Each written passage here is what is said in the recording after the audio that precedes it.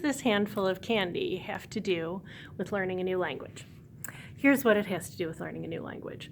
At the beginning stages, we play some games that we call listen and point or listen and do, or the rough and ready games.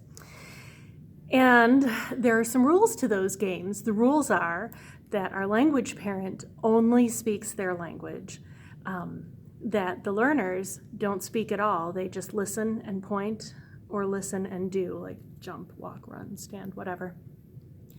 And only the coach is allowed to speak English and tries to keep that to a minimum, and just a timeout to express some instructions to the language parent or something, or to the group if something's not going quite right. But it's really hard to keep to those rules.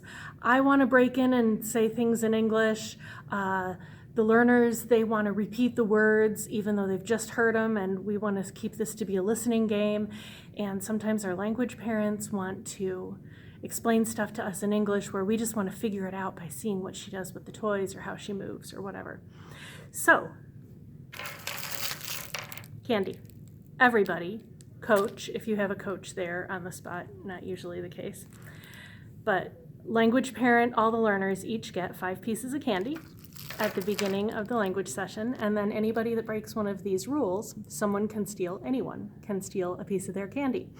And it just makes for a lot more fun because it's important to keep to only the language we're learning rule, so that we just keep hearing stuff over and over in that language and we don't rewrite what's echoing in our ears with something in English. And it's important, so it's important. But you know what's not any fun is being in a language session and having somebody keep saying, no English, no English, no English, stop speaking English, no English, no repeating, no English, no repeating. That's like totally no fun. Candy makes it a game and makes it fun and helps us enforce these rules.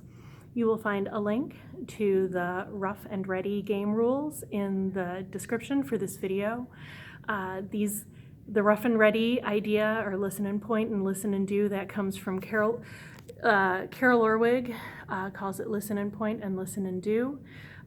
Greg and Angela Thomson call it the rough and ready game, and the game rules come from Greg and Angela Thomson, and you will find a link to those in the description to this video. Oh yeah, and calling it a game instead of an activity has been such a wonderful change, because like when I call it an activity, people like bristle about keeping to the guidelines. But when I call it a game, games have rules and nobody fights me now that Greg and Angela started calling it a game, and so I do too. Just a little tip. Hope this helps.